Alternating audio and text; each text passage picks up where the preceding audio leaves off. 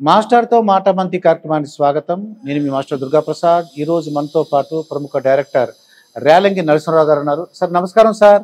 నమస్తే నమస్తే sir. Sir మీరు ఎన్నో హాస్యభర్తి సినిమాలు తీశారు, పెద్ద పెద్ద వాళ్ళతో సినిమాలు తీశారు సార్. అప్పటి చిత్ర నిర్మాణం ఇప్పుడు చిత్ర నిర్మాణం చూస్తుంటే మీకు ఏమనిపిస్తుంది సార్? చాలా మార్పులు వచ్చినాయండి. టెక్నాలజీ బాగా పెరిగింది. టెక్నాలజీతో పాటు బడ్జెట్లు పెరిగినాయి. బడ్జెట్లతో పాటు అన్ని సిస్టమ్స్ కూడా పెరిగిపోయినాయి, అన్ని రకాలుగా సిస్టమ్స్. ఇదివరకు కాల్ షీట్ వేసుకుంటే మార్నింగ్ 9 నుంచి నైట్ 9 దాకా పనిచేసేవాళ్ళం, లేదు 2 దాకా పనిచేసేవాళ్ళం. ఇప్పుడు ఆ పరిస్థితులు లేవండి. 6 వరకే, ఈవినింగ్ 6 వరకు ఈవినింగ్ 6 వరకు ప్యాకప్ చేస్తున్నాం. ఒకవేళ అవుట్డోర్ ఉండి నైట్ ఎఫెక్ట్ చేయాలంటే ఓ 12ంటికి ప్యాకప్ చేస్తున్నారు నైట్ టైం. అలాంటి మార్పులు వచ్చేసినాయండి. ఇప్పుడు టెక్నాలజీ అయితే బాగా పెరిగిందండి. సబ్జెక్టులు కూడా చాలా మార్పు వచ్చిందండి. సబ్జెక్ట్ టోటల్ అదే. అప్పుడు ఏంటంటే అంటే కుటుంబ కథా చిత్రాలే ఉండేయండి. ఇది అవును, మంచి కుటుంబం, ఉమ్మడి కుటుంబం, మా మంచి కథ, లేదా హాస్యభర్త సినిమాలు ఎన్ని ఉండేవి. ఇప్పుడు ఏంటి అలా ప్రజలు ఏ సినిమాలు కోరుకున్నారో మనకు తెలుస్తుంటారా? అప్పటికి కానీ ఇప్పటికి కానీ అసలు ఏ సినిమాలు ప్రజలకు కావాలి అని? అంటే ఇప్పుడు ఏమైపోయిందంటే అండి, మీలాంటి పెద్దలు సినిమాకి రావట్లేదండి ఇప్పుడు. ఎందుకంటే బిజీ కార్యక్రమాల వల్ల వాళ్ళు ఉండిపోతున్నారు ఇంట్లో. ఉండిపోవడం అంటే 7ంటికో 9ంటికో 10ంటికో వస్తారు, రిలాక్స్ అయ్యి ఇంకేం చూస్తారు సినిమా? ఏమన్నా చూస్తే సాటర్డే సండేలు. మీరు చూస్తే సాటర్డే కూడా కాదు, సండే పిల్లల్ని తీసుకెళ్ళి. అంచేత ఆ సిస్టమ్ పోయింది. ఇప్పుడు యూత్ వచ్చారండి, సినిమాలకు వస్తున్నారు. యూత్ వాళ్ళ కాలేజీ ఎగ్గొట్టేసినా పర్లేదు, స్కూల్ ఎగ్గొట్టేసినా పర్లేదు అనుకుని వాళ్ళు యూత్ వస్తున్నారు. సో యూత్ టేస్ట్ ఉండే సినిమాలే ఇప్పుడు నౌడేస్ ఆదరిస్తున్నారు, అంతకంటే ఎక్కువ ఆదరించట్లేదు. ఏదైనా ఒక గొప్ప చిత్రం వచ్చింది ఇది అని అనుకుంటే మాత్రం సండే పూట దానికి వెళ్తున్నారండి పెద్దలందరూ కూడా. అదే అలాంటివి రేరుగా వస్తాయి. అంటే ప్రజల నాడిది, ప్రజలు ఈ సబ్జెక్టులు ఇంట్రెస్ట్ చూపిస్తున్నారని మనం క్యాచ్ చేయగలమంటారా? క్యాచ్ చెయ్యకపోతే డైరెక్టర్ కానీ రైటర్ కానీ వెనకబడినట్టే లెక్క. క్యాచ్ చేయకపోతుంది. ఆడియన్స్ ఏ టేస్ట్ తో సినిమా చూస్తున్నారు, ఇప్పుడు ఏం చేస్తున్నారు అనేది లేకపోతే బయట వచ్చిన మార్పులేంటి, సొసైటీలో వచ్చిన మార్పులేంటి, కట్టు బొట్లో వచ్చిన మార్పులేంటి, ఇవన్నీ అబ్జర్వ్ చేసి సినిమా తీయకపోతే ఎవడో చూడండి, ఎవరో చూడండి. ఓకే అండి. అదే మీరు తీసిన మొట్టమొదటి సినిమా బడ్జెట్ ఎంత సార్? అది మొత్తం 8 lakhs అండి. 8 lakhs లో అయిపోయిందండి, కంప్లీట్ అయిపోయింది 8 lakhs లో ఆ రోజు. హీరో సుమారుగా హీరో బడ్జెట్ ఎంత ఉంటుంది? హీరోకి ఎంత ఇచ్చేవారు? తక్కువ ఉండేదండి, 50,000 అట్లా ఉండేయండి. 50,000 కూడా ఉండదండి మీకు. ఎందుకంటే వాళ్ళకే ఇచ్చేస్తే 8 లక్షలు ఇంకేం తీస్తాము, మనం తీయలేం. అంచేత 50 లక్షలు మించి ఎట్టి పరిస్థితిలో ఉండేది కాదు. ఓకే, 50,000 నుంచి 50,000. హీరోయిన్ కి ఎంత ఉండేది సార్? హీరోయిన్ కి ఒక 5 లక్షలు అటు ఇటుగా ఉండేదండి. 5 అంటే ఒక 30,000 20,000 ఉండేదండి అప్పట్లో. ఇప్పుడు కాదని చెప్పి 1980s, అంటే సుమారుగా 45 సంవత్సరాల క్రితం. 45 సంవత్సరాలు. అప్పుడు ఎక్కువగా ఏ కష్టాలు ఉండేవి సార్ మీకు సినిమాలో? అంటే ఏ కష్టాలు ఉండేవా, అయితే హ్యాపీగా చేసేవారు సినిమా? అప్పుడండి అప్పుడు హ్యాపీగానే చేసేవాళ్ళు, ప్రాబ్లం ఏముండేది కాదు. ప్రాబ్లమ్స్ ఏముండేది కాదు. ఎందుకంటే పక్కాగా ప్లాన్ చేసుకునే వాళ్ళం, ముందు స్క్రిప్ట్ రెడీ చేసుకునే వాళ్ళం, స్క్రీన్ ప్లే డైలాగ్ వెర్షన్ అయిన తర్వాత దాంట్లో కావాల్సినటువంటి ఆర్టిస్టులు ఎవరు సెలెక్ట్ చేసుకుని వాళ్ళని కాంటాక్ట్ చేసేవాళ్ళం. మన షెడ్యూల్స్ ఇవన్నీ చెప్పేవాళ్ళం. మన షెడ్యూల్కి అనుగుణంగా వాళ్ళు ఉంటే ఓకే వెళ్ళండి, లేకపోతే మార్చుకునేవాళ్ళం. షెడ్యూల్స్ మార్చుకునేవాళ్ళం. ఆర్టిస్టులే కావాలి అని అనుకుంటే, ఇక్కడ ఏ ఆర్టిస్ట్ అయినా పర్లేదు అనుకున్నప్పుడు షెడ్యూల్ మార్చేవాళ్ళకి కాదు, ఓ ప్లానింగ్ ఉండేది. ప్లానింగ్ ఉండేది. డైలాగ్ వెర్షన్ కూడా రెడీ చేసుకుని సెట్కి వెళ్ళేవాళ్ళం. ఎప్పుడైతే సెట్కి డైలాగ్ వెర్షన్ రెడీ చేసుకుని వెళ్ళి ఒక డిస్కషన్స్ ఉండే కాదు, నో మోర్ డిస్కషన్స్. ఆ స్క్రిప్ట్ ఎలా ఉంటే అంతే, అలాగే టక్ టక్ టక్ టక్ వెళ్ళిపోవడం. అయితే ఒక అవకాశం ఆర్టిస్ట్ ఎక్కడ ఇచ్చేవాళ్ళం అంటే మేమండి, మనం రాసినటువంటి డైలాగు భావాన్ని తప్పకుండా అతను చెప్పొచ్చు, భావం చెడిపోకూడదు. అదే ఫార్మేషన్ చెప్పాలని లేదండి. చెప్పక్కర్లేదు, కానీ భావం వచ్చేలాగా చెప్పాలి. 100% చెప్పాలి, ఆ భావం వచ్చేలాగా. అదే హీరోయిన్స్ కానీ డబ్బింగ్లు కూడా వాళ్ళు చెప్పిన వాళ్ళు సార్ అప్పుడు హీరోయిన్స్? అప్పుడు కూడా డబ్బింగ్లు పొరుగు రోళ్ళు, ఇతర లాంగ్వేజ్ వాళ్ళు డబ్బింగ్ మేము చెప్పించేవాళ్ళు. కొత్త వాళ్ళకు కూడా డబ్బింగ్ మేము చెప్పించేవాళ్ళం. అప్పట్లో డబ్బింగ్ ఆర్టిస్టులు ఉండేవారు, చెప్పించేవాడు. అప్పుడండి. అయితే 90% డబ్బింగ్ ఒరిజినల్ ఆర్టిస్టులే చెప్పేవారు. 90% ఒరిజినల్ ఆర్టిస్టులు చెప్పేవారు. మళ్ళీ డబ్బులు మాకు ఎంత కావాలి అంతగా డిమాండ్, అంటే ఒక స్టేజ్కి వెళ్ళిన తర్వాత డిమాండ్ చేసేవారు. మొదట్లో 30,000 తీసుకున్నారండి, మంచి పేరు వచ్చేసింది అనుకోండి, ఇంకా అప్పుడు వాళ్ళు ఎంత చెప్తే ఇక అంతే అనుకో. తప్పదు, ఎందుకంటే స్టార్డమ్ సంపాదించుకున్నాడు కదా అతను. సో అతను అంటే క్రేజ్ ఉంది ఆడియన్స్ లో. మనకి ఇష్టమైతే పెట్టుకుంటాం, మన బడ్జెట్ పర్మిట్ చేస్తే. లేదనుకుంటే ఆల్టర్నేటివ్కి వెళ్తాం, అంతే. ఇప్పుడు మీరు 8 లక్షలు స్టార్టింగ్ అన్నారు సార్ మీ ఫస్ట్ పిక్చర్. రీసెంట్ గా తీసిన అంటే లాస్ట్ పిక్చర్ ఎంత అయింది సార్ బడ్జెట్? మొన్న ఈ సినిమా అండి, ఇది మన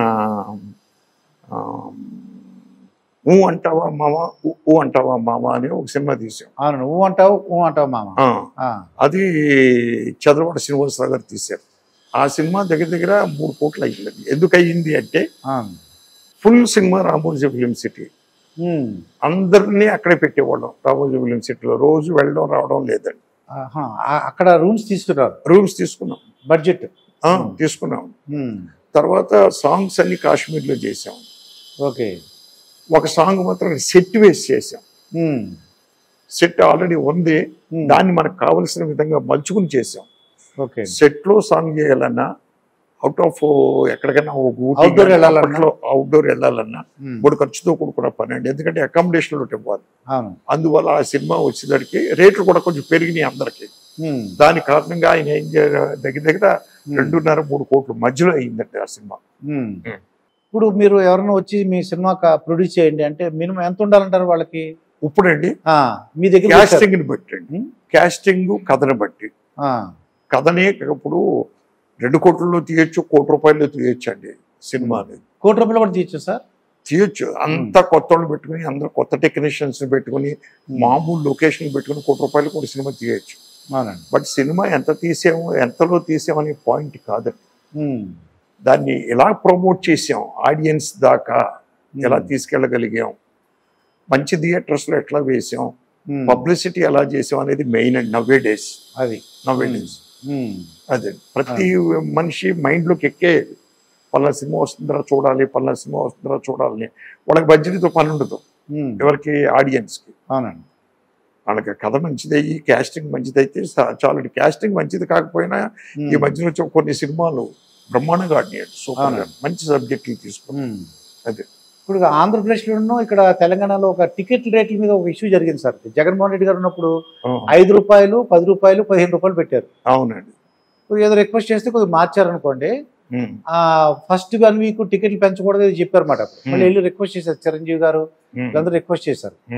అలా మీ అభిప్రాయం ఏంటి సార్? టికెట్లు పెంచుకోవడం మంచిది అంటారు ఫస్ట్ 1 వీక్? వీళ్ళు మీ అభిప్రాయం ఏంటి సార్? అంటే టికెట్లు పెంచుకుని ఆడియన్స్ మీద బర్డెన్ వేయడం అనేది కరెక్ట్ కాదు నా ఫీలింగ్ అండి. అది మనం ఏ సినిమా అయినా సరే టోటల్గా మీరు ఆ ఖర్చు సినిమాలో తగ్గించుకోండి, నేను అనేదండి. ఆ రిమ్యూనరేషన్లో కానీ, ఆ ప్రొడక్షన్లో కానీ ఎక్కడైనా తగ్గించుకోండి.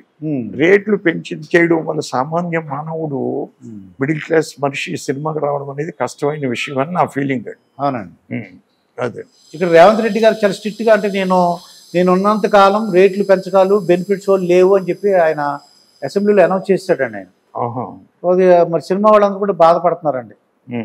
ఫస్ట్ 1 వీక్ మాకు కలెక్షన్ ఎక్కువ వచ్చేది, మీ ఎక్కువ టికెట్కి 100 రూపాయలు అంతా పెంచుకునేవారండి, 100కో 150. అది ఆదాయం పోయిందని బాధపడుతున్నారు. అవునండి, బాధపడుతున్నారట. నేను విన్నాను, న్యూస్లో చదివానండి. అవునండి.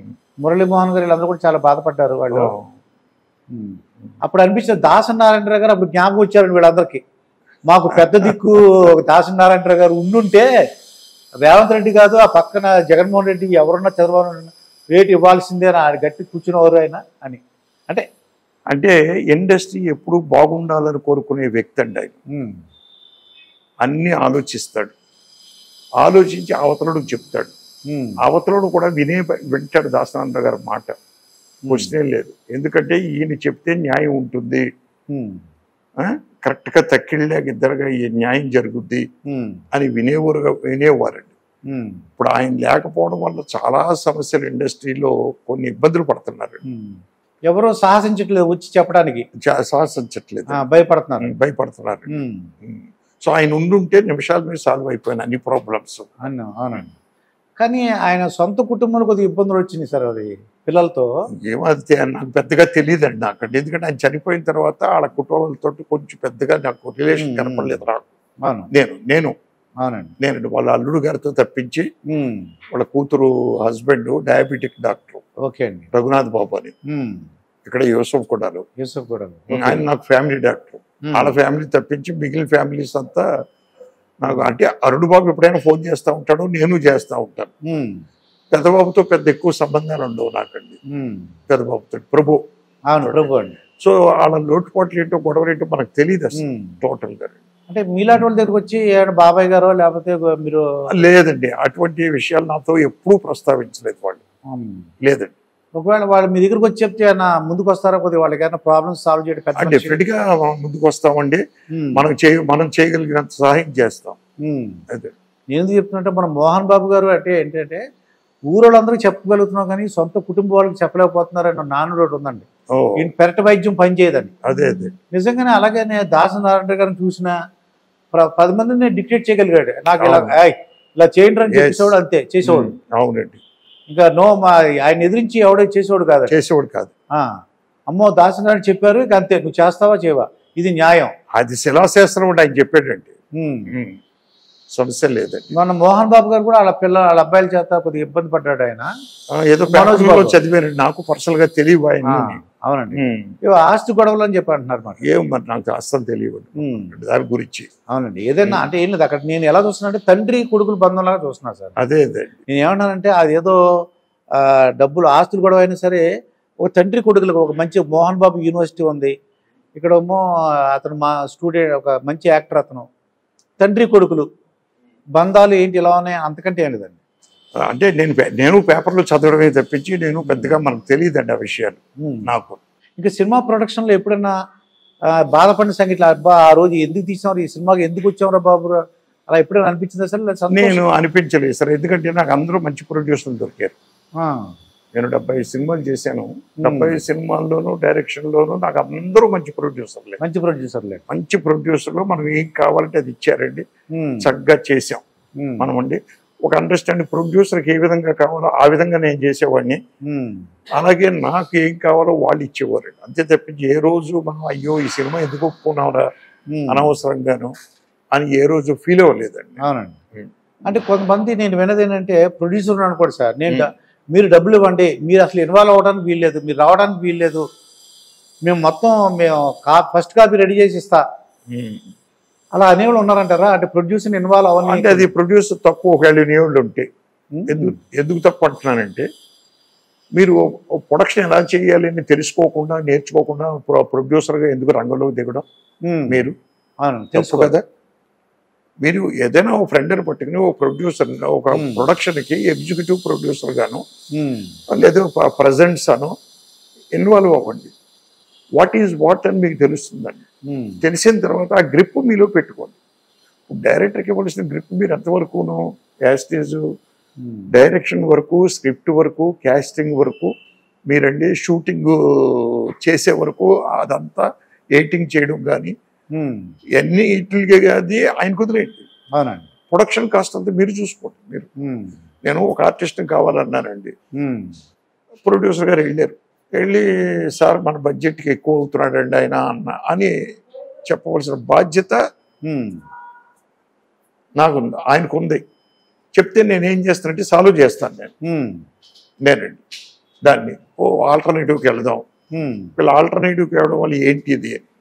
అంచేత ప్రొడ్యూసర్ అనే వ్యక్తి కానీ సినిమా తీయాలి అని అనుకుంటే ముందు అనుభవం సంపాదించాలి, దాంట్లో ఎక్స్పీరియన్స్ రావాలి, నష్టాలు ఏంటి అని తెలుసుకోవాలి. డీప్ గా తెలుసుకున్న తర్వాత రంగంలో దిగండి. మీరు డబ్బులు ఉన్నాయి కదా అని వచ్చేయడం కదా, మీరు వచ్చేసి డబ్బు ఉంది కదా అని వచ్చేసి డబ్బులు స్పెండ్ చేసేస్తే ఇక్కడ అలకల్లోరం అయిపోతాయండి. ఎవడొచ్చినట్టు వాడు ఇష్టం వచ్చినట్టు ఆడుకుంటారు.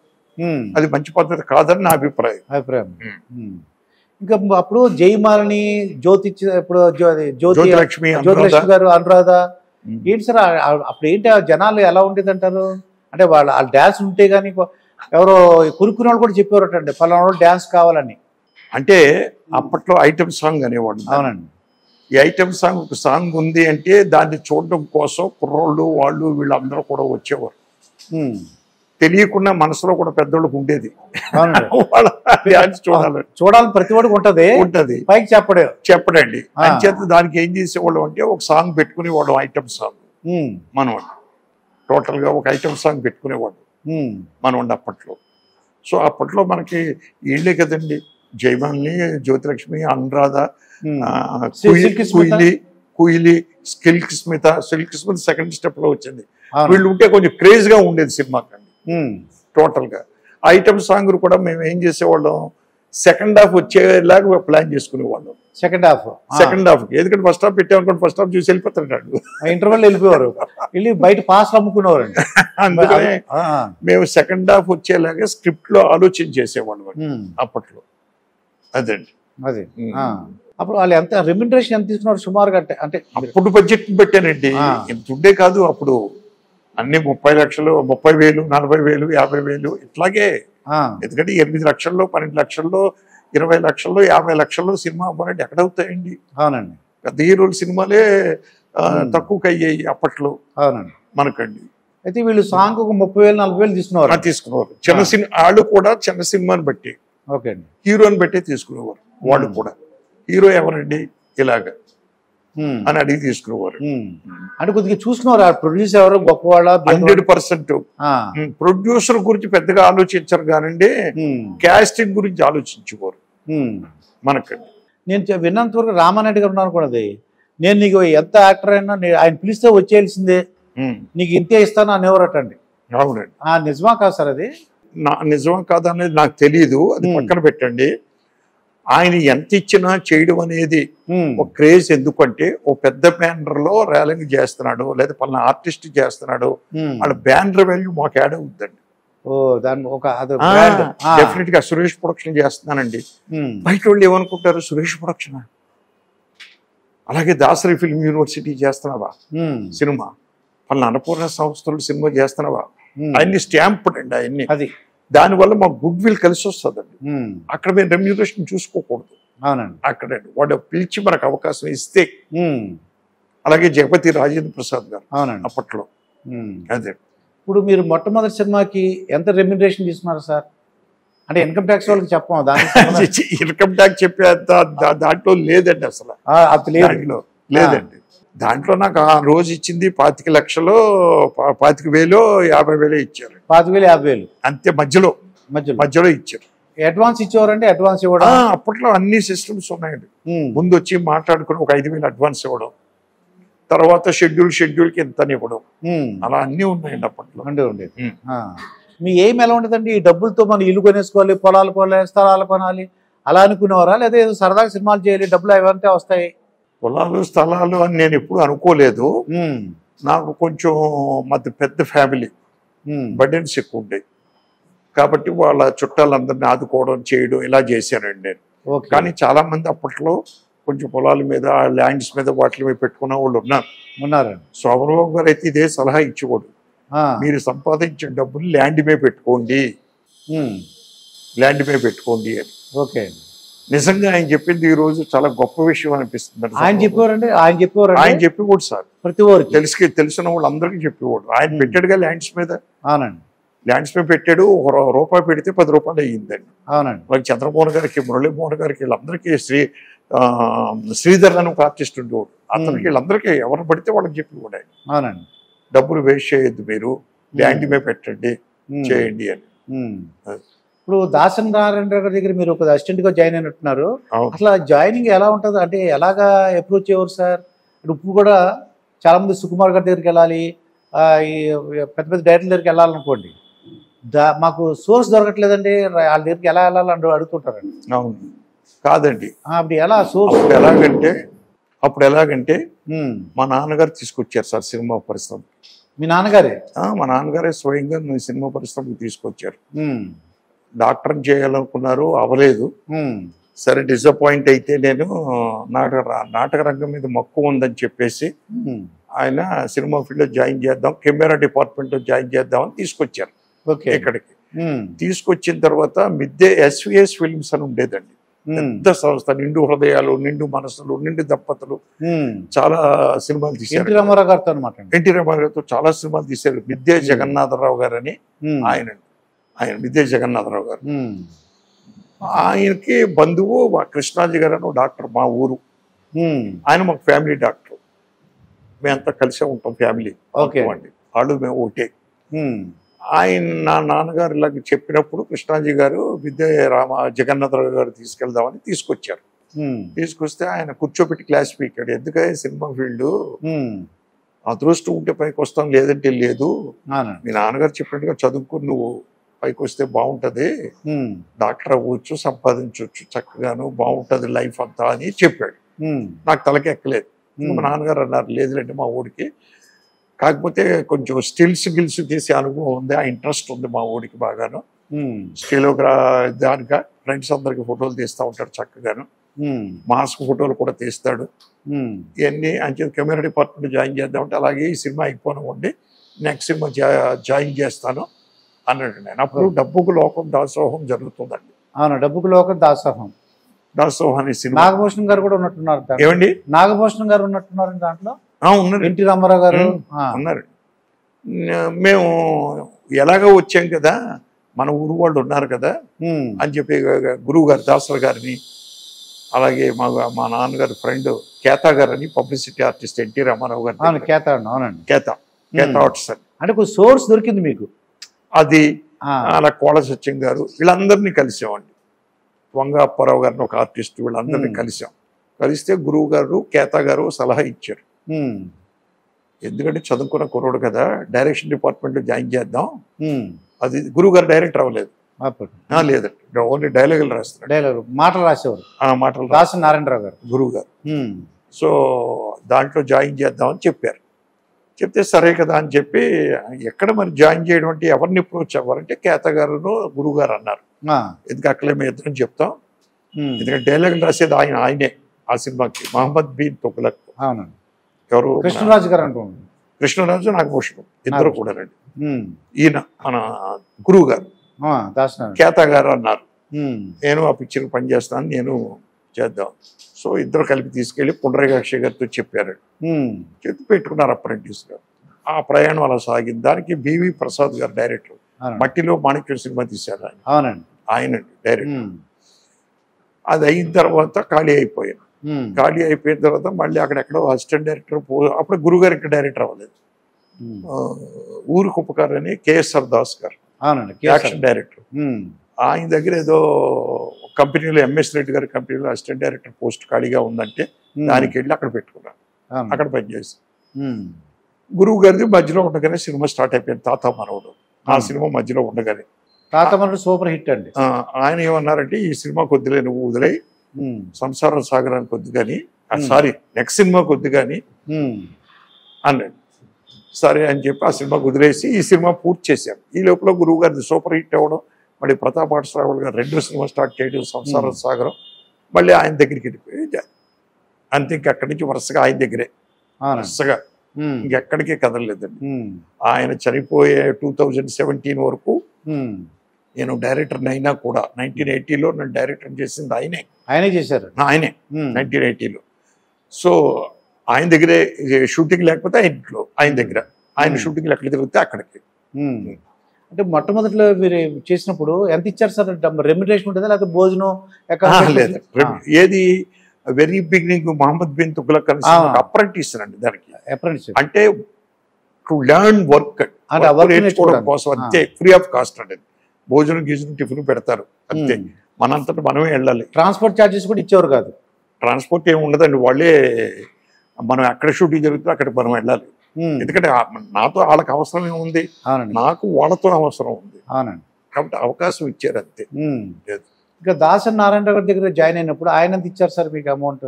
ఆయన ప్రతాప్ ఆర్ట్స్ రాఘుల్ గారు, ప్రతాప్ ఆర్ట్స్ రాఘుల్ గారు అండి. అవునండి. ఆయనకి దాన్ని నెలకు 500 ఎంత ఇచ్చేవారండి. నెలకు 500 సంసారం సాగరానికి.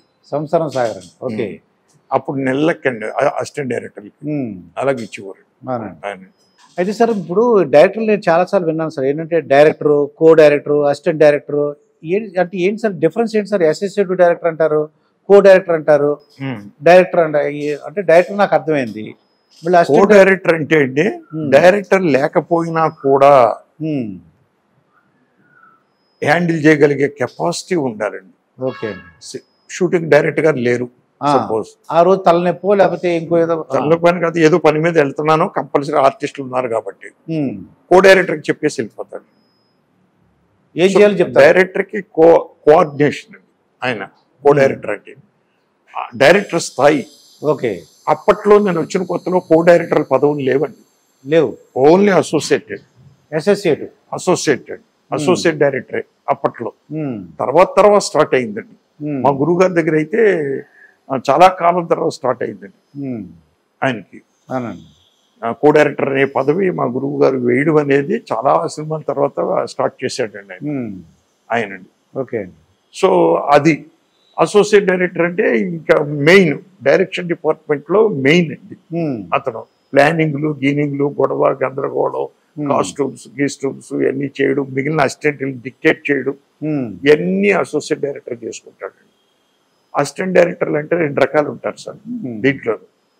ఇదివరకు ఎడిటింగ్ రిపోర్ట్ రాయడానికి కేవలం ఒక అసిస్టెంట్ డైరెక్టర్ పెట్టేవాళ్ళం. ఎడిటింగ్ గురించి చూసి గ్లాప్ ఇవ్వడం, ఎడిటింగ్ రిపోర్ట్ రాసుకోవడం, కేవలం అతను అదే పని. ఎందుకు అంటే అప్పట్లో ఎడిటింగ్ రిపోర్ట్ అనేది చాలా నీట్ గా చక్కగా డీటెయిల్డ్ గా రాయాలండి.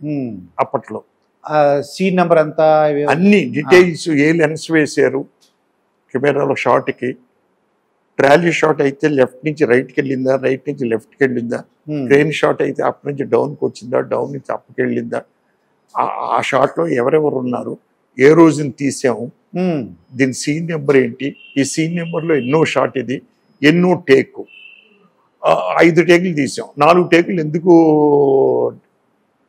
ఓకే చేయలేదు డైరెక్టర్, ఎందుకు ఆ డిస్క్రిప్షన్ రాయాలండి. దాసరి నారాయణరావు గారు ఆయన యాక్ట్ అంటే డైరెక్షన్ చేసేవారు, స్క్రీన్ ప్లే, దర్శకత్వం అని చెప్పేసి పాటలు కూడా రాసిన సందర్భాలు.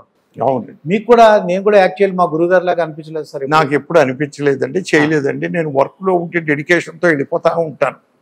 అంటే యాక్ట్ చేసే వాళ్ళతో డెడికేషన్ తో ఉండరని కాదు, ఆయన అన్ని చూడగలిగేటువంటి కెపాసిటీ ఆయనకు ఉంది. నేను అసలు యాక్టింగ్ పెట్టుకోలేదండి. అంటే గురువుని మించిన శిష్యుడు అవుతామని అదేమీ లేదండి. అలాగే అది సార్. మరి గురుగారు మీకు ఎంత ఇచ్చారు సార్ అమౌంట్? అంటే లాస్ట్ లో ఆయన దగ్గర ఉన్నంత కాలం ఎంత ఇచ్చారండి మీకు? ఆయన ఏమి ఇవ్వరండి మాకు డబ్బులు. అదే మీకు ప్రొడ్యూసర్ ఇస్తారు. ప్రొడ్యూసరే ఇస్తాడండి మాకు, ఆయన ఏమి ఇవ్వరండి. ప్రొడ్యూసర్ తో మేము డైరెక్షన్ డిపార్ట్మెంట్ లిస్ట్ వేసి ఇచ్చేస్తామండి. అసోసియేట్ కి ఎంత, అసిస్టెంట్ కి ఎంత, ఫస్ట్ అసిస్టెంట్ కి, సెకండ్ అసిస్టెంట్ కి ఎంత, కో డైరెక్టర్ ఉంటే కో డైరెక్టర్ కి ఎంత, మేము లిస్ట్ వేసి ఇచ్చేస్తామండి. దాన్ని ఒక 6 నెలలకు డివైడ్ చేసి టోటల్ అమౌంట్ 6 months డివైడ్ చేసి, ఒకవేళ 6 months దాటితే మళ్ళీ ఈ లెక్కన ఇవ్వండి అని చెప్పేవాళ్ళం అప్పట్లో. కాబట్టి దాసనారాయణ చెప్పగల కెపాసిటీ ఉంది, ప్రొడ్యూసర్ ఇంత చెప్పాల్సింది, చెప్పే కెపాసిటీ ఉంది. కానీ మాకు వదిలేసి కూడా ఆయన మీరు వేసి ఇచ్చాడు, ఆయన కో డైరెక్టర్ వదిలేసి కూడా. నా బడ్జెట్ కూడా గందరగోళం మీకు తెలుసు కదా, దాన్ని బట్టి వదిలేయండి. అదే అది మీకు మరి సినిమా డైరెక్టర్ కి ఛాన్స్ ఎలా వచ్చింది సార్ మీకు? గురువు గారే. అది ఎలా వచ్చిందంటే, ఎందుకంటే ఇప్పుడు మన అదే గొడవ సార్, అది జానీ మాస్టర్ గారి గొడవ అదే. తనకి ఆ అమ్మాయి బయట ఏమంటారంటే తనకు కూడా ఛాన్స్లు అడుగుతుంటే ఛాన్స్లు అమ్మాయికి ఎక్కువైపోతామని చెప్పేసి ఆయన ఇవ్వలేదని ఒక పుకార్ అనమాట. నిజం మనకి ఏం జరిగిందో మనకు తెలియదు. జానీ మాస్టర్ గారు అని ఒక ఆయన గొడవ, డాన్స్ మాస్టర్ గారు గొడవ వచ్చింది అనమాట. అలాగా నాకు ఇతను పోటీ అయిపోతాడేమో, ఛాన్స్ ఇస్తే అలాగా ఫీల్ అవ్వలేదు సార్? ఎప్పుడూ లేదండి ఆయన. ఎందుకు అంటే ఆయనలో గొప్ప, ఆయన షూటింగ్లో కూడా క్లాష్ వచ్చినప్పుడు అసిస్టెంట్స్ కి అప్పచెప్పేవాడండి. ఆయన అప్పచెప్పేసేవాడు అసిస్టెంట్స్ కి, ఇగో సీన్స్ ఇవయ్యా, ఆర్టిస్టులు వీళ్ళు, మీరు చేయండి, నేను ఆ షూటింగ్కి వెళ్తున్నాను. మాకు అందరికి సెకండ్ యూనిట్ అప్పచెప్పేసేవాడు. నాకు కానీ, కోడి రంగకృష్ణకి కానీ, మన రవిరాజ పిన్సిట్కి కానీ, రమణబాబు అని, ఇట్లాగా చాలా మందికి అప్పచెప్పేసేవాడు ఆయనే మాకండి. నేను సర్కస్ రాముడు అనే సినిమా చేశానండి, ఎన్టీ రామారావు గారికి.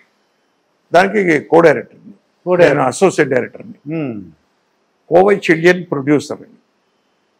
నేను అప్పటికే గురువుగారితో చాలా చేస్తున్నాను సినిమాలు, చేస్తున్నాను కాబట్టి ఆయన మళ్ళీ ఆ సినిమా అయిపోయిన తర్వాత 2వ సినిమా చేసి పెట్టమని గురువుగారి దగ్గరికి వచ్చాడు.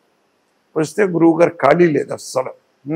లేదు చెరియన్ గారు, నేను ఖాళీ లేను, ఓ పని చేయండి, నరసింహరావు డైరెక్టర్గా పెట్టుకోండి, అన్నీ నేను చూసి పెడతాను, రిలీజ్ కానీ అది కానీ ఇది కానీ డిస్ట్రిబ్యూషన్ కానీ అన్నీ నేను చూసి పెడతాను, చూశారు. స్క్రిప్ట్ అంతా నేనే చూసి పెడతాను అని చెప్పి నన్ను ప్రపోజ్ చేసి ఆడ గురువు గారు అయినటువంటి పాలగుం పద్మరాజు గారిని కూర్చోబెట్టి, నరసింహారావు గారు మీరు కలిసి ఒక సబ్జెక్ట్ సెలెక్ట్ చేయండి సార్ అని. ఆయన ఏమన్నాడు, పాలగుం పద్మరాజు గారు, సార్ సంధ్య అనే నావెల్ ఉంది, మాదిరెడ్డి సులోచన గారు రాసింది, బాగుంటుందండి, మీ స్టైల్లో ఉంటుంది అంటే కథ చెప్పాడు. బాగుందండి. అప్పుడు ఎవరి దగ్గర ఉన్న రైట్స్ అంటే ఇంకో ప్రొడ్యూసర్ దగ్గర ఉన్న రైట్స్. పద్మరాజు గారు మాట్లాడి అది తీసుకొచ్చి గురువుగా పాల్గొని పద్మరాజు గారు గురువు గారు కలిసి స్క్రీన్ ప్లే తయారు చేశారండి. స్క్రీన్ ప్లే, ఆ స్క్రీన్ ప్లే కోసమే మేము వైజాగ్ వెళ్ళామండి. వైజాగ్లో గురువు గారిది గోరింటాక్ సినిమా జరుగుతుంది. రాత్రులు మాతో కూర్చునేవాడు ఆయన, అది ఓ 2 hours. పగలంతా మేము వర్క్ చేసేవాళ్ళం. ఆయన చెప్పిన పాయింట్లన్నీ పాల్గొని పద్మరాజు గారు రాసేవారు, నన్ను అడిగి కూడా ఆయన ఈ విధంగా ఆయన ఇదైంది. ఆ స్క్రిప్ట్ అయిపోయిన తర్వాత రెడీ అయిపోయి క్యాస్టింగ్ ఫిక్స్ చేసాం. డైలాగులు గురువు గారే రాయాలి, కానీ గురువు గారికి ఏమో ప్రేమాభిషేకం షూటింగ్ హైదరాబాద్లో, మేము మద్రాసులో. ఇది బడ్జెట్ సినిమా. ఎలాగా ఓ పని చేయవయ్యా, నువ్వు మరి డైలాగులు అంటే నేను మొత్తం స్క్రిప్ట్ రాసి ఇవ్వలేనప్పుడు, కాబట్టి నువ్వు హైదరాబాద్లో ప్లాన్ చేసుకో షూటింగ్ అని చెప్పి హైదరాబాద్ ప్లాన్ చేసి ఇక్కడ ఆయన డైలాగులు ఇచ్చేవాడు మాకండి. ఇస్తే దాన్ని తీసుకుని నేను షూటింగ్కి వెళ్ళేవాడు. ఆ విధంగా వచ్చింది. అయితే ఫైనల్గా ఫస్ట్ కాపీ వచ్చిన తర్వాత చూసుకుని దాంట్లో ఏదో కొంచెం కామెడీ తక్కువైంది అనుకుంటే మళ్ళీ జాయిన్ చేసి రిలీజ్ చేద్దాం అనుకున్న లోపల ప్రొడ్యూసర్ గారికి డిస్ట్రిబ్యూటర్ గారికి చిన్న గొడవలు వచ్చినాయండి. మెయిన్ డిస్ట్రిబ్యూటర్కి ఆ గొడవలో స్ట్రక్ అయింది. సో ఆయన ఆలోచించాడు, మళ్ళీ నరసింహరావు సినిమా స్ట్రక్ అయింది కదా, డిసప్పాయింట్ అయిపోతాడు, మనిషి డిప్రెషన్కి వెళ్ళిపోతాడు అని ఆయన కూడా తిప్పుకునేవాడు నన్ను. శ్రీవారి ముచ్చట్ల సినిమా షూటింగ్ జరుగుతూ ఉంటే అక్కడ తీసుకెళ్ళాడు నన్ను ఆయన. సెకండ్ యూనిట్ చేతిగాని రావయ్యా అని. సెకండ్ యూనిట్ పాడ ఏమీ లేదండి, ఆయనే చేశారు మొత్తం, నేను వెనకాల ఉన్నాను అంతే. అంతే వెనకాల అట్లా చేశాడు. ఈ లోపల ఎన్టీ రామారావు గారు బావమరిది రుక్మంగధరావు గారు, ఆయన బావమరిది రామ్మోహన్ రావు గారు చాలా సినిమాలు తీశాడు కట్టా సుబ్బారావు గారితో, వాళ్ళతోటి. ఆయన దాసరి గారితో సినిమా చేయాలని ఎన్టీఆర్ గారి రికమెండేషన్ మీద గురువుగారి దగ్గరకు వచ్చాడు. వస్తే గురువు గారు, నాకు ఖాళీ లేదండి, చూస్తారు కదా సార్ రామారావు గారు, నేను పని చేస్తాను, మా రేలంగి నరసింహారావుని పెట్టుకోండి, నేను ఇదేది దర్శక పర్యవేక్షణ అని నా పేరు ఉంటుంది అని చేసేస్తాడు, అన్నీ నేను చూసి పెడతాను, రిలీజ్ అని సేమ్ ఒప్పందం. ఓకే, చేసాం, రిలీజ్ చేసాం. చంద్రమోహన్ ప్రభ సూపర్ హిట్ అయింది. నేను మా ఆవిడ, ఇంకా అక్కడి నుంచి నాకు తిరిగి లేకుండా పోయిందండి. ఆయనే నన్ను డైరెక్టర్ చేసింది. ఆయనకి ఆ జలసి ఎప్పుడూ లేదండి. తన శిష్యులు, నంబర్ ఆఫ్ శిష్యులు దర్శకులు అవ్వాలనే కోరికే గాని తనకు పోటీ అని ఏనాడు ఆలోచించలేదండి. ఇప్పుడు కోటరంకృష్ణ ఉన్నాడండి, అతను మరి కథ రాయగలడు, స్క్రీన్ ప్లే రాసుకోగలడు, మాటలు రాసుకోగలడు, పాట రాసుకోగలడు, యాక్ట్ చేయగలడు. గురుగారు లేగా అన్ని. కోటరామకృష్ణ అభివృద్ధిని కూడా ఆయన ఎప్పుడు ఎంకరేజ్ చేశాడండి. ఎప్పుడు మమ్మల్ని అందరినీ ఆయన భలే ఎంకరేజ్ చేసేవారు. టోటల్గా ప్రాబ్లం ఏమన్నా వస్తే కూడా సాల్వ్ చేసేవాడు ప్రొడ్యూసర్లతో. మాకు ఎప్పుడు రాలేదు, వస్తే ఒకవేళ. ఇప్పుడు దాసనారాయణ గారి దగ్గర ఉన్నటువంటి శిష్యులంతా కూడా మళ్ళీ ఒకళ్ళ మీద ఒకళ్ళు అంటే ఈర్ష్య ఉంటుంది కదా జనరల్ గా. అది లేదండి, మాకు లేదండి, ఎప్పుడు ఎవరికి లేదు. ధవళ సత్యం గారు కానీ, రామకృష్ణ ఎక్కువ అవకాశాలు వచ్చాయి. అది లేదండి. రవిరాజ పిన్సెట్టి కానీ, నేను కానీ ఇలాగ ఎప్పుడూ లేదండి. రమణ బాబు గారు ఎప్పుడూ లేదండి. ఇక సర్కస్ రాములో ఎన్టీ రామారావు గారితో మీరు కో డైరెక్టర్గా ఉన్నారండి అక్కడ? నేను అసోసియేట్ డైరెక్టర్. ఏమన్నా అంటే ఎన్టీ రామారావు గారితో అనుభవాలు ఉన్నాయి సార్? ఏమన్నా 3-4 అనుభవాలు ఉన్నాయి సార్. ఆయన అందరినీ గౌరవిస్తాడు సార్, అందరినీ గారు అని పిలుస్తారు. గారు నరసింహారావు గారు, బాయ్ గారు కొంచెం మంచిగా తీసుకురండి అంటాడు. ఒకరోజు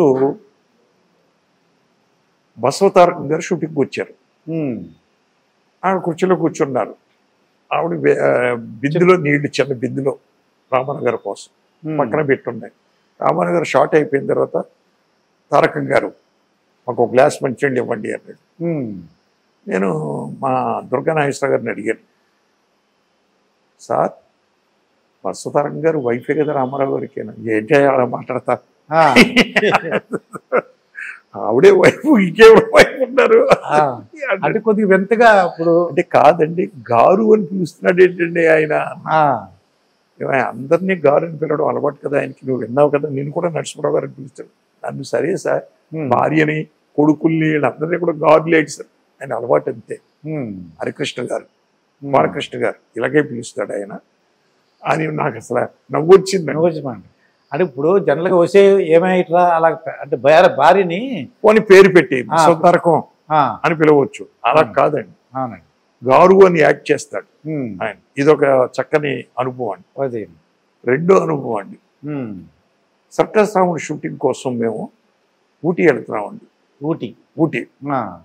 ఊటీ వెళ్ళినప్పుడు గురువుగారు ప్రపోజల్ ఏం పెట్టాడంటే, ఊటీ వెళ్తాం ఎలాగానో మనం ఏనుగు మీద సీన్స్ ఉన్నాయి కదా మనకి, తలకోన కదా అదేంటిది మన మధుబలై ఫారెస్ట్ లో తీసేసి పైకి వెళ్ళిపోతే బాగుంటది అని, ఫారెస్ట్ లో కింద ఉన్న ఫారెస్ట్ లో తీసి పైకి వెళ్ళిపోదాం అని చెప్పి ఊటీ కింద ఉన్నటువంటి ఒక ఫారెస్ట్ ని అనుకున్నాడండి ఆయన. రామారావు గారితో చెప్పారు, అలాగే బ్రదర్ మేము ఎన్నింటికి ఉండాలి, మీరు మార్నింగ్ అక్కడ ఎగ్జాక్ట్లీ 9 ఉంటే చాలు సార్. ఓకే, అక్కడ అకామిడేషన్ ఇచ్చేవారు వాళ్ళకి, ఇంటి అందరికీ అకామిడేషన్ ఇస్తారండి అండి. ఎందుకు ఇవ్వరండి, అందరం అకామిడేషన్ మేమండి. సర్కస్ రాముడు ఇక్కడ బెంగళూరు ప్యాలెస్ లో తీసాం కొంత భాగం మేమండి. మరి అశోక్ హోటల్లో ఉండి కూడా ఆయనండి, బెంగళూరులో పెద్ద అశోక హోటల్, అప్పటికే పెద్దది అశోక హోటల్, అక్కడ ఉండి కూడా అండి ఆయన. సో రామారావు గారు వచ్చే టైం అయింది, మేమంతా కెమెరా రెడీ చేసి పెట్టుకున్నాం. ఆయన కారులో బయలుదేరాడు రాత్రి మద్రాసు నుంచి, చెన్నై నుంచి, సారీ కోయంబత్తూరులో ఫ్లైట్ దిగి వస్తున్నాడు. ఓకే, ఆ ఫారెస్ట్ లోకి ఎంటర్ అయ్యాడు. ఎంటర్ అవగానే గురుగారు లేచి నిలబడ్డారు, అందరూ మేము నిలబడ్డాం. ప్రొడక్షన్ మేనేజర్ ఆయన నిలబడ్డారు. నిలబడితే రామారావు గారు దిగుతున్నారు, సార్ మీరు దిగొద్దు సార్ అన్నాడు. అదేంటండి షూటింగ్ లేదా ఇక్కడ అన్నారు ఆయన. గురువు గారు, ఏం నారాయణరావు గారు షూటింగ్ లేదా? షూటింగ్ ఉంది సార్, మీరు గెస్ట్ హౌస్కి వెళ్ళి రెడీ అయిపోయి మేకప్ వేసుకుని వచ్చేయండి సార్ మీరు, ఇదిగా ప్రొడక్షన్ మేనేజర్ ఆయన తీసుకెళ్తారు కోటేశ్వరరావు గారు అన్నాడు. ఎన్ని రోజులు షూటింగ్ మనకి ఇక్కడ అని అడిగాడండి. లేదంటే 5 గంటలకు ప్యాకప్ చేసుకుని మనం 6 o'clock we are shifting to Ooty sir. ఆ మాత్రం దానికి నేను గెస్ట్ హౌస్కి వెళ్ళి స్నానం చేసి రావాలా? అది కాదు సార్, స్నానం అది చేయాలి కదండి మీరు, అది ఆ చెరువు సరిపోదా మీరు స్నానం చేయడానికి, మేకప్ వేసుకోవడానికి ఆ చెట్టు నీడ సరిపోదా మాకు, ఒరే కాస్ట్యూమ్ ఎవరు టవల్ తీసుకురండి అని ఆ టవల్ కట్టుకుని అక్కడే స్నానం చేశాడు సార్. అక్కడే అది మేకప్ అక్కడే వేసుకున్నాడు సార్. నో క్యారవాన్స్ అండి ఆ రోజుల్లో లేవు, క్యారవాన్స్ ఉన్నా కూడా ఆయన వాడి కూడా కాదు, నో క్యారవాన్స్. మేకప్ వేసుకుని షూటింగ్కి వచ్చాడు. మేము అందరూ ఆశ్చర్యపోయామని. ఆయన ఎలక్షన్కి వెళ్ళినప్పుడు ప్రోపకాండ్కి వెళ్ళినప్పుడు రోడ్లు సైడ్ స్నానాలు చేశారని పేపర్లో రాశానండి. మేము ఆశ్చర్యపోలేదు. ఎందుకు ఆశ్చర్యపోలేదంటే మేము ప్రత్యక్షంగా చూసాం కాబట్టి. ఇది ఒక అత్యద్భుతమైనటువంటి అనుభవం అండి ఆయనతో. అలాగే ఇంకొకసారి సర్కస్ రాముడులో గురువు గారు బెంగళూరులో నా బ్యానర్లో మా దుర్గా నాగేశ్వరరావు గారికి ఒక అవకాశం ఇస్తున్నాను దర్శకుడిగా, రేలింగ్ గారికి ఒక అవకాశం ఇస్తున్నాను, నేను డైరెక్టర్ అవ్వకముందండి ఓకే అని రాశారు. ఆయన పొద్దున్నే పేపర్ చదివి అలవాటు రామారావు గారికి. హోటల్లో ఉన్నా మద్రాసులో ఉన్నా ఇవన్నీ బ్యాకప్ వేసుకుంటారు, పేపర్ చదివి అలవాటు. పేపర్ చదివితే చూశాడు న్యూస్.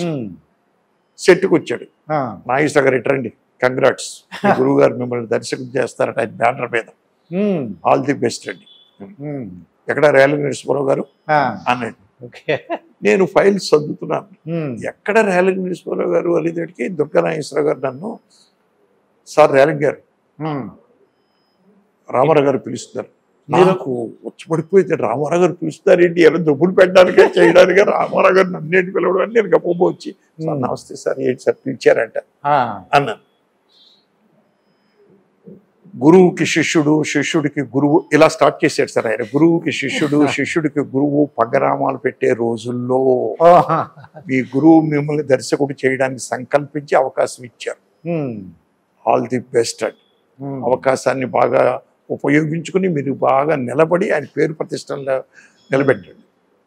ఏమంటే ప్రేయర్ ప్రతిష్టలు తీసుకురండి ఆయనకి, జీవితాంతం ఆయన్ని మర్చిపోవద్దు, మీ సినిమాకి నేను వచ్చి ఫస్ట్ కొబ్బరికాయ కొడతాను, ఆల్ ది బెస్ట్ అన్నాడు. అంతే వచ్చి కొట్టాడు ఆయన. మీరేమో ఇంకోటి అనుకున్నారు, ఏదన్నా పొరపాటు చేస్తాడేమో ఇలాగా అని. అవునండి, ఇలాగ ఉంటాయండి ఆయనతో. ఇంకా ఆయన అంటే ఆహారపు అలవాట్లు ఎలా ఉంటాయి సార్ ఆయన మీ దగ్గర షూటింగ్ లో? అక్కడ వంట అది పెద్ద నేను అబ్జర్వ్ చేసేవాడిని కాదు. అంటే అక్కడ తయారు చేసుకుని అది ఎక్కడి నుంచి ఆయన సొంత వంట మనిషి అటు తెప్పించుకున్నారా లేదా? నాకు అసలు ఐడియా లేదు. నాగేశ్వర గారికి అయితే మేము వంట మనిషిని పెట్టుకెళ్ళేవాళ్ళం, వంట మనిషిని పెట్టుకెళ్ళేవాళ్ళం. అంటే ఆయన వంట మనుషులు కాదు, కంపెనీ తరఫునే వంట మనుషులు పెట్టుకెళ్ళేవాళ్ళం. ఆయనకి సెపరేట్ సన్ఫ్లవర్ ఆయిల్ అనేది ఇప్పుడు అందరం వాడేస్తున్నాం కానీ అప్పట్లో వాడేవారు కాదు. గానుగు నూనె ఇవన్నీ వాడుతూ సన్ఫ్లవర్ ఆయిల్ కొంతమందే వాడేవారు, కొంచెం కాస్ట్లీ అని. అప్పుడు నాగేశ్వర గారికి ఆ సన్ఫ్లవర్ ఆయిల్ తోటి కొలెస్ట్రాల్ ఉండదని వండించేవాళ్ళు నాగేశ్వర గారికి. రామారావు గారి విషయం నాకు తెలిసేది కాదు. ఎప్పుడైనా ఎన్టీ రామారావు గారు కోపడిన సందర్భాలు లేకపోతే విసుక్కున్న సందర్భాలు షార్ట్ ఎన్నిసార్లు ఓకే ఏంటి రిపీట్? అదేమి లేదండి, ఎప్పుడు కూడా లేదండి, అదేమి లేదు. అంటే డైలాగు రాకపోవడం కానీ లేకపోతే అసలు అది క్వశ్చనే లేదండి. కోడైరెక్టర్ని పిలుస్తాడు, డైలాగ్ ఏంటి చదవండి ఒకసారి, నెక్స్ట్ చదవండి, ఓకే డన్, అంతే. దాని అర్థమైపోయింది, కాన్సెప్ట్ అర్థమైపోయింది. ఈయనకి కానీ ఎస్వీఆర్ గారు కానీ అంతే కూడా పనిచేశాను ఎస్వీఆర్ గారితో. ఎస్వి రంగారావు గారి దగ్గర కూడా అదే సంసారం సాగర్ అండి, అసిస్టెంట్ డైరెక్టర్ గా పనిచేశాను కానీ సంసారం సాగర్ లో కాబోలి క్యారెక్టర్ ఆయనే. అవునండి. సో వీళ్ళు గొప్ప మెమరీ పవర్ అండి. డైలాగ్ ఒకసారి 4 సార్లు చదవమంటారు, టక్ అంతే. అంతే టేకులు తీసుకోవడం కానీ చేయడం కానీ ఏం ఉండవండి. ఇప్పుడు ఎన్టీ రామారావు గారు ఎక్సర్సైజ్ చేసేవారు సార్? అంటే ఇప్పుడు అంటే 6 ప్యాక్ అని ప్రభాస్ వీళ్ళందరూ రామచంద్ర అట్లాంటివి ఏమి లేవు అనుకుంటాను. ఎందుకంటే మేము బ్యాకప్ వేసుకుని సెట్కి వచ్చిన తర్వాతే మాకు పరిచయాలు తప్పించండి. ఆయన ఇంటి దగ్గర సంగతులు మిగిలిన మాకు తెలిసే కాదు, రామారావు గారి మాకు తెలిసే కాదు. పక్కన వాళ్ళతో అంటే షూటింగ్ గ్యాప్ లో పక్కన వాళ్ళతో మాట్లాడేవారండి ఏమన్నా? పెద్దగా ఏం మాట్లాడు సార్, సైలెంట్ గా కూర్చుని అట్లాగా కళ్ళు ఇదిగో చూడండి, కాళ్ళు చూడండి, కాళ్ళు ఊపుతున్నాడు అంటే ఆయన కొంచెం రెస్ట్ లో ఉన్నట్టు లెక్క. సార్ షార్ట్ రెడీ, ఓకే కాళ్ళు ఆపుతుంటే ఈ అలవాటు ఉండే దానికి. అదే ఎస్వి రంగారావు గారి గురించి చెప్పండి సార్. ఎస్వి రంగారావు గారు అసలు ఎంత పెద్ద డైలాగ్ అయినా ఏమైనా సూపర్, అసలు అత్యద్భుతం, దాని గురించి తిరిగేలేదు. కానీ షూటింగుల్లో కొన్ని ఇబ్బందులు ఏంటంటే ఇచ్చిన డేట్లో ఒకసారి వార్డులు రాకపోవచ్చు, రావచ్చు, ఇవన్నీ చేసేవాడు ఆయన. ఎస్వి రంగారావు గారు అంటే రాకపోవచ్చు అంటే ఏం చేసేవారు, ఎక్కడికి వెళ్ళేవారండి? ఆయన కొంచెం ఆయన తోట ఉందంటే తోటలోకి వెళ్ళి రిలాక్స్ అయ్యేవారు. అది వారం 10 రోజులు షెడ్యూల్ క్యాన్సిల్ అయ్యేది, మళ్ళీ వచ్చేవారు. సంసార సాగరంలో కాబోలి క్యారెక్టర్ వేస్తున్నాడు ఆయన, ఒక సీను. ఆ సీన్లో ఆయన డైలాగ్ పెద్ద గురువుగారు రాశారు, ఒక 5-6 పేజీలు సీను రాశారు. రాస్తే అసోసియేట్ రాగానే అసోసియేట్ పిలిచాడు, రంగారావు గారు కాబోలి గెటప్ వేసుకుని వచ్చి 10 పేజీల సీన్ ఎంత వచ్చాడు, చెప్పండి సీన్ ఏంటో విన్నాడు మొత్తం. మళ్ళీ చదవండి, ఇక్కడ ఆపండి, ఇక్కడ మార్క్ చేసుకోండి, చదవండి చదవండి చదవండి, ఇక్కడ మార్క్ చేసుకోండి, అది మొత్తం తీసేయండి. ఇలాగ మొత్తం 10 పేజీలు సీన్ని 3 పేజీలు చేసేసాడండి ఆయన, 4 పేజీలు. మీ గురువుకి వెళ్ళి చెప్పండి ఇది చాలు. గురువు గారు ఇచ్చారు, సార్ థ్యాంక్ యూ సార్, మీరు సీన్ విన్నారంట, ఇది ట్రిమ్ చేశారంట, థ్యాంక్ యూ వెరీ మచ్. అంటే డైరెక్టర్ గారు నా కాన్సెప్ట్ పోయింది ఇలా అయితే ఎలాగంటే, నేను నా కాన్సెప్ట్ 15 పేజీలు మీరు 3 పేజీలు చేస్తే ఎలాగా? అదే రాబోతున్నానండి. ఆయన ముందు పాజిటివ్లో వెళ్తాడు గురువు గారు, ఎప్పుడు కూడా పాజిటివ్లో వెళ్తారు. Okay sir, thank you very much sir, మీరు ఇలా ట్రిమ్ చేశారట చెప్పాడు మా అసోసియేట్. కానీ ఒక్క విషయం ఉంది సార్, ఇక్కడ 10 పేజీల సీను అవసరమే సార్. అది ఇది ఎందుకు అంటే, మీకు మీ కాన్సెప్ట్ మీ క్యారెక్టరే మీకు తెలుసు, మాకు సినిమా మొత్తం కాన్సెప్ట్ తెలుసు, ప్రతి క్యారెక్టర్ ఎందుకు ఉంది అనేది తెలుసు, ఆ పేజీలో ఉన్న డైలాగ్ ఎక్కడ ఉపయోగపడుతుంది అనేది మాకు తెలుసు. ఈ 10 పేజీల్లోనూ ఆటలో ఇంట్లోనూ టోటల్గా. అది మనం కాబట్టి అంతా ఉండాలి అని. ఈయన కోపం వచ్చేసిందండి. ఎదురు సమాధానం చెప్పాడని చెప్పాడు. రైటర్ కమ్ డైరెక్టర్ అయ్యి మమ్మల్ని దొబ్బుతున్నారయ్యా, ఊరికి ఇష్టం వచ్చినట్టు రాసి మీరు. ఎస్ రంగారావు గారు నేను చేయనని చెప్పి ఆ స్టిక్, కాబోలే స్టిక్ ఇస్సిరు కొట్టాడండి. టర్బన్ తీసేసి కొట్టి వెళ్ళిపోయాడు సార్, కారుకి వెళ్ళిపోయాడు సార్. బయటికి వెళ్ళిపోతూ కారు రమ్మన్నాడు, కారు వచ్చింది, ఎక్కేసి వెళ్ళిపోతున్నాడు. ప్రతాపాటి శ్రాగులు గారికి అక్కడ కూర్చొని ఉన్నారు బయట. ఆయన లేచాడు, ఆయనతో కూడా మాట్లాడలేదు. మాట్లాడిపోయేటికి అక్కడి నుంచి వెళ్ళాడు ఈయన. లోపలికి వచ్చాడు. ఏంటి నారాయణరావు గారు ఏం జరిగింది అని. ఇది జరిగింది. ఏంటండి ఆయన అన్న ప్రకారం తీసేయచ్చు కదా మీరు, ఏమంటే స్క్రిప్ట్ మీరు విన్నారు కదా, మీరే కదా ఓకే చేశారు సీన్ అన్నీ, మరి తీసేయచ్చు కదా అంటారేంటి మీరు, ఏంటి సార్ ఇది, ఎవరికి ఇష్టం వచ్చినట్టు వాళ్ళు చెప్పేస్తా ఉంటే ఎక్కడ ఉంది సినిమా, కొంప ముంచేశారు సార్. ఇప్పుడు మళ్ళీ ఆయన తోటలోకి వెళ్ళిపోయాడంటే మళ్ళీ తీసుకురావడం కష్టం అని చెప్పి కారు వేసుకుని బయట వెనక్కి వెళ్ళాడు సార్. కొంత దూరం వెళ్ళిన తర్వాత కారు యూటర్న్ తీసుకుంది సార్. ఏంటిది మళ్ళీ యూటర్న్ తీసుకుంది, ఎక్కడికైనా వెళ్తున్నాడా అని చెప్పి వెనకాల ఫాలో చేస్తే మళ్ళీ సేమ్ విక్రమ్ స్టూడియోకి వచ్చి కారు ఆగిందండి. సెట్ లోకి వచ్చాడండి. అంజువా బిట్రా అసోసియేట్ డైరెక్టర్ అండి, రా 10 కాదయ్యా 20 పేజీలు 30 పేజీలు ఎంత రాసుకుంటాడు రాసుకోమను మీ గురువుని, చెప్పలేని కెపాసిటీ ఉంటే అనుకోవచ్చే, రాసుకో రెడీ. అక్కడ పక్కన కాస్ట్యూమ్ ఉంటే నెత్తిమే కొట్టి ఏంట్రా చూస్తున్నావు, వెళ్ళి ఆ స్టిక్ను టర్బన్ తీసుకురా. స్టిక్ టర్బన్ పెట్టుకున్నాడు. టక్ టక్ టక్ అని ఈవినింగ్ 6 వరకు ప్లాన్ చేసుకున్న సీన్ ని సత్యనారాయణ గారు, ఈయన, శుభ, 7 మధ్యన సీన్ అండి ఫినిష్ చేశాడు. 1 గంట లోపల ఫినిష్ చేసి వెళ్ళిపోయాడు సార్. ఫినిష్ చేసేసి అయిపోయిన తర్వాత ఈయన పిలిచాడు గురువు గారు, సుభాష్ నారాయణరావు గారు, డైరెక్టర్ అంటే ఇలా ఉండాలి, అది మీరు జీవితంలో బాగా పైకి వస్తారు, సూపర్, ఆల్ ది బెస్ట్ అని చెప్పి వెళ్ళిపోయారు సార్. సినిమా ఛాన్స్ గురించి హీరోయిన్స్ ఉంటారు కదా సార్, హీరోయిన్స్ మిమ్మల్ని అంటే కొద్దిగా మీని అట్రాక్ట్ చేసుకోవడం, మా ఇంటికి రండి సార్ మీకు భోజనాలు పెడతాం, అలాగా అలాంటివి ఏమి నా దగ్గర లేవు సార్. ఎప్పుడు నేను అలాంటి మనిషిని కాదని తెలుసో లేకపోతే ఏంటో తెలీదు. ఇప్పుడంటే అలాంటివి ఎక్కువ వినిపిస్తున్నాయి కానీ అప్పట్లో ఉండేవి కాదు సార్. మాకు న్యూస్లు ఉండేవి కాదు. ఇప్పుడంటే ఎక్కువ న్యూస్లు వినిపిస్తున్నాయి. అవునండి, అప్పట్లో లేవు. అంటే మీరు ఎక్కడికైనా వెళ్తుంటే ఫారెన్ వెళ్తే ఫారెన్ తీసుకెళ్ళిపోతాను అంటే ఎక్కువగా హీరోయిన్స్ ఏంటంటే ఛాన్సులు ఏదన్నా అవకాశం ఇస్తారేమో అని చెప్పేసి నాకు ఎప్పుడు అలాంటివి తగలలేదు, నేను చూడలేదు కూడా ఎప్పుడు. మీకు ఆ బేరాలు తగలేదన్నమాట? తగలలేదు, బేరాలు ఎప్పుడు తగలలేదు. ఓకే అండి. ఇంకా అక్కినేని నాగేశ్వరరావు గారి గురించి ఒకసారి చెప్పండి. ప్రేమాభిషేకం అన్నప్పుడు మీరు చేశారు? లేదండి, నేను డైరెక్టర్ కదా ప్రేమాభిషేకం టైంకి. నేను 7 అంతస్తుల మేడ చేశాను. 7 అంతస్తుల మేడ, 7 అంతస్తుల మేడ అసోసియేట్ డైరెక్టర్. సుజాత కూడా ఉన్నట్టున్నారు. నాగేశ్వర గారు, సుజాత. ఎంత పంక్చువల్ అంటే వాళ్ళు, దానికి ఒక ఎగ్జాంపుల్ చెప్తాను మీకు. ఆయన కాశ్మీర్లో షూటింగ్ అండి, సోనామర్గ్ అనే హైయెస్ట్ ప్లేస్, దాంట్లో షూటింగ్. దానికి వెళ్ళడానికి జర్నీ 3 hours పడుతుందండి వెళ్ళడానికి. సో అట్లీస్ట్ 4 o'clock ఇక్కడ బయలుదేరితేనే కానీ 7కి అక్కడ చేరుకోం. 7కి అక్కడ చేరుకున్న తర్వాత 1 గంట టిఫిన్ చేయడం కానీ మేకప్ వేసుకోవడం కానీ కార్యక్రమాలు ఉంటాయండి. 8 to 9 కానీ స్టార్ట్ చేయలేం. కాబట్టి గురువు గారు ఏం చెప్పారంటే 4 o'clock మనం అక్కడ బయలుదేరాలి ఎట్టి పరిస్థితుల్లో. ఇక్కడ morning 4 o'clock, morning early morning 4 o'clock అన్నారు. సరే అని చెప్పి అందరూ నాగేశ్వర గారు కూడా చెప్పాడు, అన్నపూర్ణమ్మ గారు కూడా వచ్చారు ఆ రోజు. అయిపోయింది. నేను ఎగ్జాక్ట్లీ 4 o'clockకి బయలుదేరాలన్నారు కదా అని దాన్ని దిగుతున్నానండి రెడీ అయ్యి. లాన్లో ఆయనను అన్నపూర్ణమ్మ గారు షాల్స్ వేసి కూర్చున్నారు సార్. ఆల్రెడీ 4 o'clockకే. ఎప్పుడు కూడా 15 minutes బిఫోర్ ఉంటాడండి ఆయన. అంత పంక్చువాలిటీ, అంత పంక్చువల్. ఆ చలిలో గజగజ ఉరికిపోతూ షాల్స్ కప్పుకుని కూర్చుని ఉన్నారు సార్. అప్పటికి యూనిట్ ఎవరు రెడీ అయ్యి దిగలేదండి, అంత ఫంక్షన్ అండి.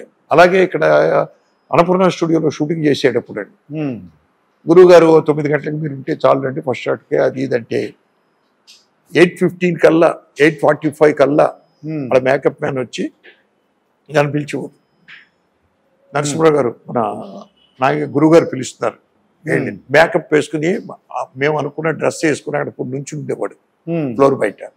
నరసింహారావు మీ గురుడు 9ంటికి రమ్మన్నాడు అయ్యా, 8:45 నేను రెడీ, మీరు ఎప్పుడు పిలిచినా వస్తాను, ఇక్కడే తిరుగుతూ ఉంటాను అన్నపూర్ణ స్టూడియోలో. అప్పుడు కన్స్ట్రక్షన్ జరుగుతున్నాయి అని ఓడాడు. అలాగే డ్రెస్ వేసుకోవాలంటే అసిస్టెంట్ డైరెక్టర్ని అడిగి ఓడాడు, కాస్ట్యూమర్ని అడిగేవాడు, ఈ డ్రెస్ అసిస్టెంట్ డైరెక్టర్ చెప్పాడా, చెప్పాడు అంటే వేసుకునేవాడు. లేదు సార్ ఎనీ డ్రెస్ అన్నారు.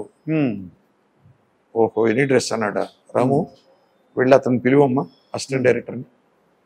వచ్చేవాడు, ఏమో ఎనీ డ్రెస్ వేసుకోవచ్చు అన్నామంట కదా. అవును సార్ కంటిన్యూటీ లేదు. కంటిన్యూటీ లేదయ్యా, సిచ్యువేషన్ ఏంటి అది నాకు తెలియాలి కదా. గుడ్ అకేషనా బ్యాడ్ అకేషనా తెలిస్తేనే కదా దాన్ని బట్టి నేను వేసుకుంటాను. అంటే సీన్ కూడా తెలియాలండి, సీన్ సీక్వెన్స్ సందర్భం తెలియాలి ఆయనకి. కరెక్టే కదండి, అంతే కదండి. ఇప్పుడు ఓ సూటు బూటు వేసుకుని అక్కడ ఏదో సంతాప సభ లేకపోతే ఆ 7 దగ్గర కూర్చునే సీన్ అనుకోండి, ఏం బాగుంటది. అవునండి, అది అడిగి కూడా ఆయన ఎప్పుడు కూడా అంత మనిషి డిసిప్లిన్ అండ్ డెడికేషన్ అండి ఆయన సూపర్. అంటే ఆ కారు కావాలి, ఈ కారు కావాలి, ఈ అకామిడేషన్ కావాలి అలాగే అడిగేవారు సార్? ఏం లేదండి అప్పట్లో మాకు. వీళ్ళే ఆయన స్టేజ్కి తగ్గట్టుగా ఆయనకి ఇచ్చిపోరండి అకామిడేషన్ అని. ప్రత్యేకంగా మీరు హాస్యభారతి సినిమాలు తీయడానికి గల కారణం ఏంటి సార్? అంటే మీకు అలా ఛాన్స్ వచ్చిందా, ఆ వరవడి అలా కంటిన్యూ చేశారా?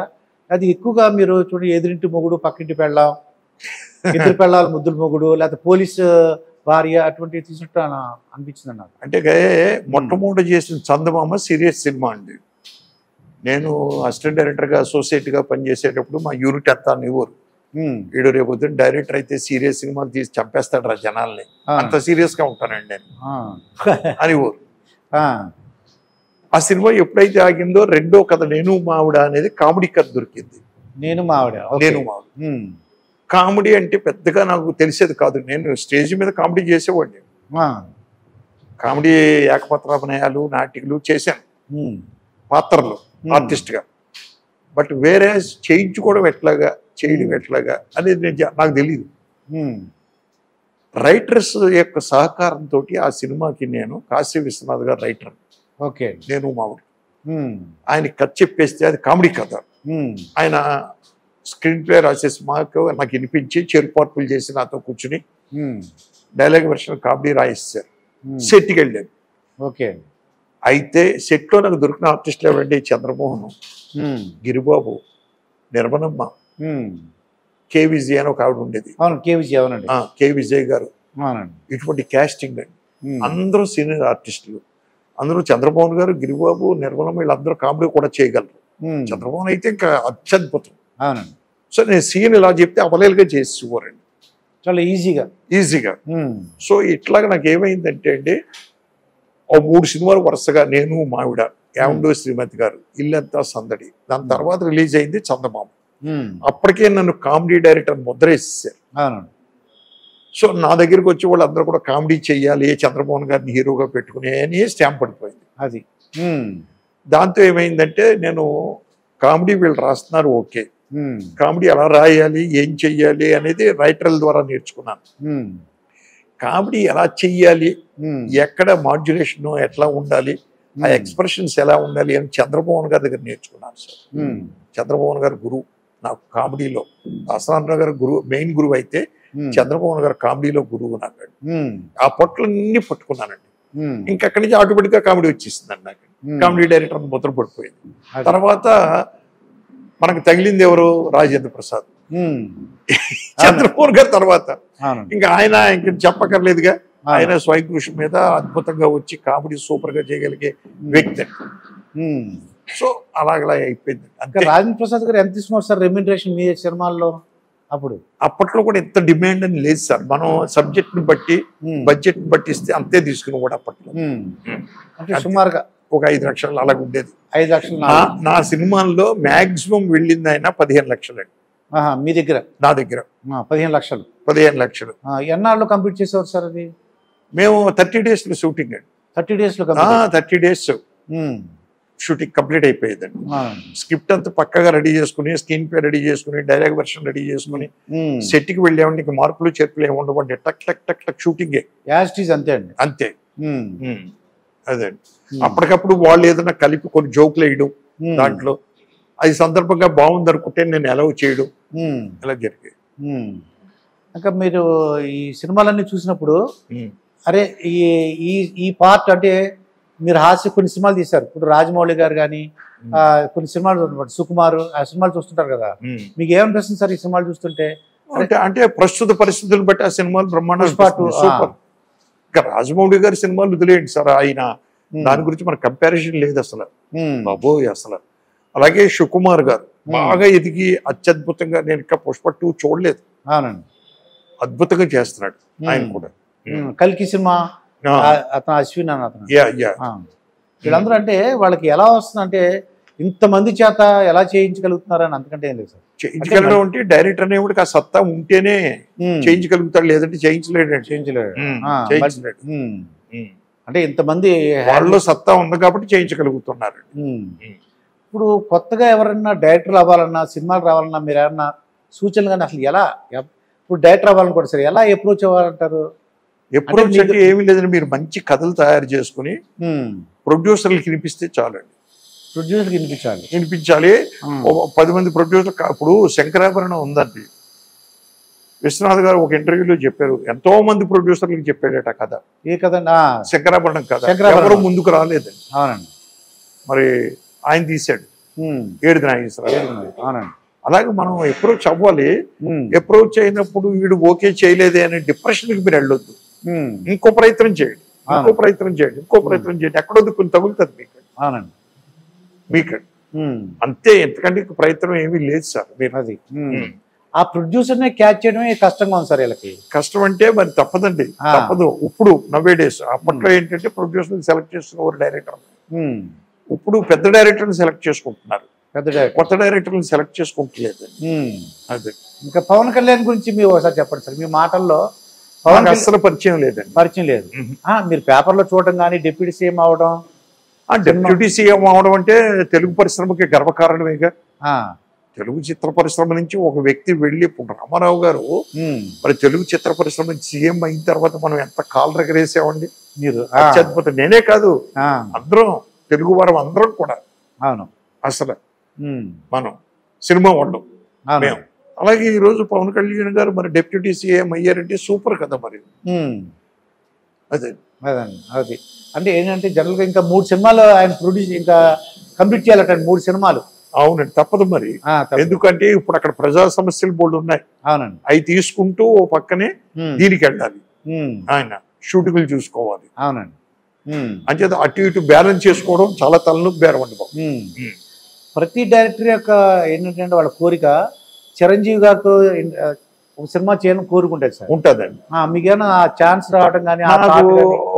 ఎందుకు లేదు అంటే నాకు లో బడ్జెట్ డైరెక్టర్ ముద్ర పడిపోయిందండి. లో బడ్జెట్ నరసింహారావు అంటే లో బడ్జెట్. నాగేశ్వర గారితో ఒక సినిమా చేశాను, దాగుడు మొత్తం దాంపత్యం. శోభరావు గారితో చేశాను సంసారం అండి. కృష్ణరాజు గారితో యాక్షన్ మూవీ చేశాను, యమధర్మరాజు అని. అయినా కూడా నాకు ఏమైపోయిందంటే ఈ లో బడ్జెట్ డైరెక్టర్, చిన్న డైరెక్టర్, చిన్న సినిమాలు అని ముద్ర పడిపోయిన తర్వాత నేను డిసైడ్ అయ్యాను, ఇంక పెద్ద హీరోల సినిమాలు మాకు రావురా అని. వస్తే బ్రహ్మాండంగా చేస్తాం, వస్తే లేదు. అంటే వాళ్ళ దగ్గరికి వెళ్ళి అప్రోచ్ చేయడం మంచి కథ లేదండి. అలాగే ఎప్పుడు నా సిస్టమ్ అది కాదండి. సిస్టమ్ కాదు లేదండి. ఎందుకంటే ఓ పక్కన దాస్తాంట గారి దగ్గర ఉన్నాం, ఆయనే మనల్ని ప్రమోట్ చేశాడు. చేసిన తర్వాత ఇంకొకరి దగ్గరికి వెళ్ళి కథ ఉందండి చేద్దామండి, ఎలాగ పలానా హీరో అయితే బాగుంటుందని నేను ఎప్పుడు, నాకు ఎందుకో మనసుకు నచ్చదండి. నాకు చెప్పలేదు, ఈ రోజు వరకు చెప్పలేదు. అవునండి. ఎప్పుడు కొంచెం ఖాళీగానే ఉన్నాను, అయినా కూడా మంచి కథలు ఉన్నాయి, ఎప్పుడు నేను చెప్పనండి. వాళ్ళు ఎప్పుడో చెయ్యి ఏదైనా మంచి కథ ఉంటే చేద్దామండి అంటేనే నూరిప్పుతాను. ఓకే అండి. అది సార్. ఇప్పుడు ఎవరైనా పెద్ద పెద్ద డైరెక్టర్ మీ దగ్గరకు వచ్చి సలహాలు కానీ, నాకు ఇలా ఉంది సార్ ఐడియా, నాకు ఒక ఆ క్లైమాక్స్ ఎలా తీయాలో అర్థం అవ్వట్లేదు, కొంతమంది అడుగుతూ ఉంటారు సార్. పెద్ద పెద్ద డైరెక్టర్ అని కాదు, కొంతమంది అడుగుతూ ఉంటారు. నాకు ఆ క్లైమాక్స్ ఎస్పెషల్లీ కామెడీ సినిమాలు అనేటప్పటికి నా దగ్గరకు అప్రోచ్ అవుతారు, వచ్చి అడుగుతూ ఉంటారు, కొంచెం మీ సజెషన్ సలహాలు కావాలి సార్ అని. మనం తోచిని చేస్తాం. నచ్చితేనే తీసుకోండి, లేదంటే లేదు అని చెప్తా ఉంటాం. ఇప్పుడు రాజేంద్ర ప్రసాద్ గారు హీరోయిన్స్ ఉండేవారండి, వాళ్ళు సరదాగా ఉండేవారా లేకపోతే వాళ్ళ మీద ఏదో అపోహలో వాళ్ళ మీద కొంతమంది యూట్యూబ్ ఛానల్లో కొంతమంది పేపర్ వాళ్ళకి అవి కావాలి కాబట్టి రాసుకుంటారు. అప్పుడు ఎలా ఉండేవారు నిజంగా? అసలు బ్రహ్మాండంగా ఉండేవాళ్ళండి. మా సెట్ లో ఎదురుకుండానే బ్రహ్మాండంగా పనిచేసేవారు. ఎప్పుడు జోవియల్ గా జోకులు వేసుకుంటూ ఉండేవారు, పనిచేస్తూనే ఉండేవారు. తప్పకుండా మీరు ఒక సినిమా ప్రొడ్యూస్ చేయాలని, దాంట్లో ఏమైనా అవకాశం ఉంటే నాకు ఛాన్స్ ఇవ్వండి సార్. డైరెక్ట్ చేయాలని, ప్రొడ్యూస్ కాదు. అదే నేను ప్రొడ్యూస్ చేయలేదు, అదేలేండి. మీరు డైరెక్ట్ చేయాలని, మీ డైరెక్షన్ లో ఒక సినిమా ప్రొడ్యూస్ తప్పకుండా దాంట్లో నాకు ఛాన్స్ ఇవ్వాల్సింది కోరుతున్నాను సార్. తప్పకుండా. కానీ ఆ టైంకి మీరు గుర్తు చేయాలి నాకు, అది వచ్చి అది మీ డ్యూటీ. అది తప్పకుండా సార్. ఇదండి రేలంగి నరసింహరావు గారితో జరిగిన ఇంటర్వ్యూ. మరొక ఇంటర్వ్యూతో మీ ముందుంటాను. మీ master Durga Prasad. Thank you sir. నమస్తే.